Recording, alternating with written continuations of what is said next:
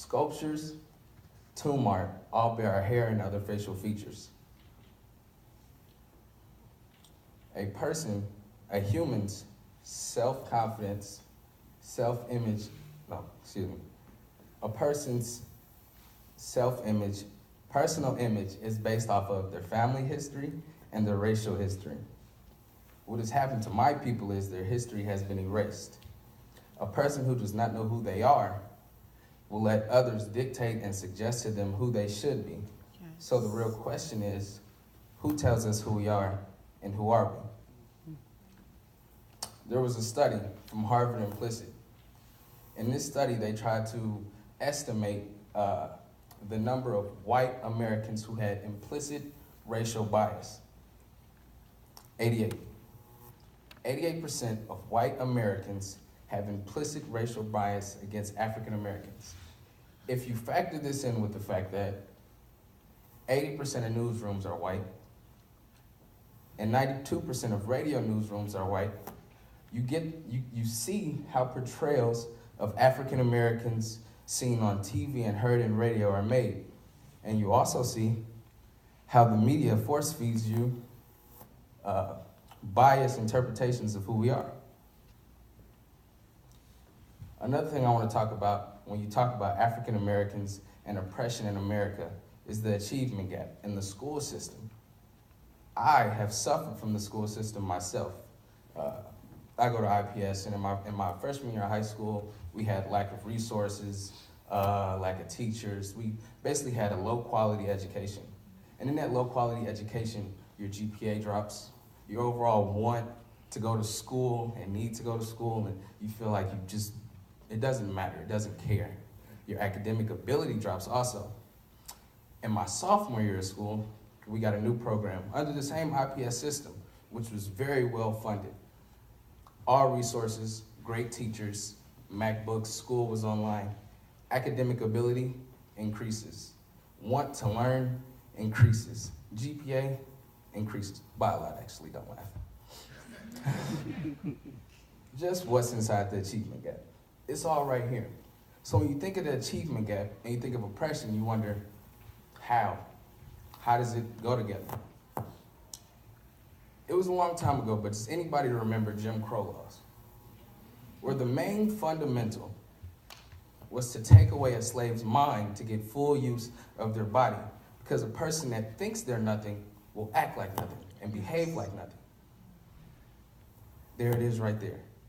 When African Americans desegregated school, we gave our number one weapon to the hands of people that didn't want to see us succeed. Does anybody wonder why in school, African Americans in history class, in the books, start off as slaves and not the kings and queens that we once were? Anybody? No, because it's not a big issue. Nobody thinks about it.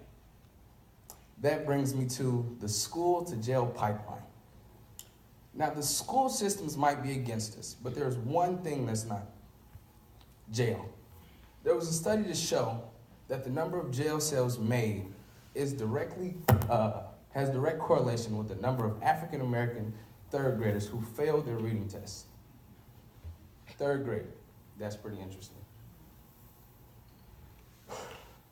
The latest census that's came out for the United States shows that the population of white Americans in America is 76.9%, roughly 77.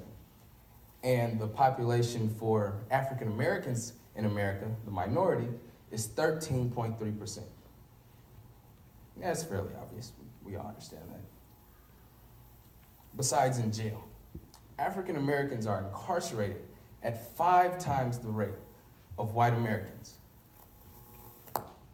African Americans are incarcerated at 5 times the rate as white Americans. We are in a society and we function in a jail system that has criminalized the African American race and other minorities, mine include. We are in a jail system that has deemed black men a main target, and we are also in a jail system that has killed and murdered many of my brothers and sisters. This, and you wonder how they get away with it. And I referred to the media earlier, but here's your explanation. In the media, they use logical fallacy. It's called ad hominem. And what they do is they paint African Americans in such a picture and degrade the value of their life to help justify their killings. Which guy here do you think is the good guy? Just off of what the media says. I choose him, right?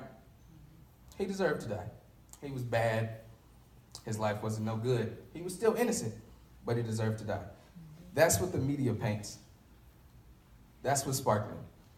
In 7th grade, I wanted to make a change for the better direction. I don't want other people my age to have to go through what my predecessors went through. They say that proper preparation prevents poor performance. I know this. So I've been working with Tim Nation and JT at the Peace Learning Center to help implement a male workshop. In this male workshop, I will train African American men how to uphold self-image, how to present yourself to everyone. I will present to them who they are so they know who they are and they know their own self-worth. I also, in this, will prepare them for the challenges ahead. A fight cannot be won effectively unless you train. So I will train African American males to be ready to fight the already implanted systematic barriers that they will face in their future. Now, a lot of you are wondering, what does this mean? Why do I care? Why should I help? 2, oppress somebody based off of skin color is already unethical, and we can get into morals and things like that. But why should you care? How would you feel if this was happening to you? Would you be happy? Maybe. You might not. But since it's not happening to you, you don't care. Like, doesn't matter. Then the next question is, what's the answer? How do we solve it? I said earlier you could think about ethics. You could think about morals. It's ethically my duty to help. Morally, I should want to help people. But my stance is that if you're sitting on the side and allowing such outrage to happen, then whose side are you truly on? Thank you. My name is Kobe, and I appreciate your time.